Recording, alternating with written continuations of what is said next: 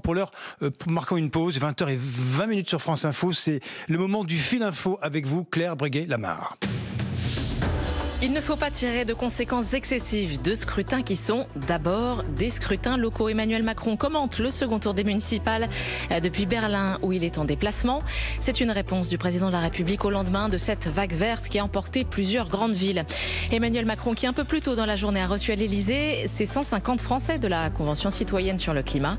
Il est déterminé à appliquer presque toutes leurs propositions, sauf 3 d'entre elles, notamment le 110 km/h sur les routes. La peine est lourde pour les époux Fillon condamnés dans l'affaire des emplois fictifs. Ils font appel de cette décision. 5 ans de prison, dont 2 fermes, 375 000 € d'amende et 10 ans d'inéligibilité pour François Fillon. Quand sa femme Pénélope écope de 3 ans de prison avec sursis, 375 000 € d'amende et 2 ans d'inéligibilité.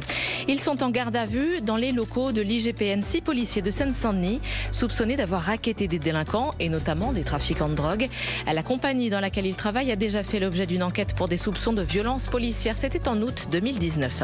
Le dernier réacteur de la centrale de Fessenheim devrait s'arrêter tout à l'heure, aux alentours de 23h30. Ce sera la fin de 43 ans de production d'électricité dans la plus ancienne centrale nucléaire française. La CFDT saisit le Conseil d'État. Elle conteste les conditions d'attribution des primes Covid pour les soignants. Les syndicats dénoncent une rupture d'égalité entre les salariés. Sur le plan sanitaire, 35 personnes emportées par la maladie depuis vendredi dans les hôpitaux. Le nombre de malades en réanimation continue de baisser. France Info. Et tout est plus clair.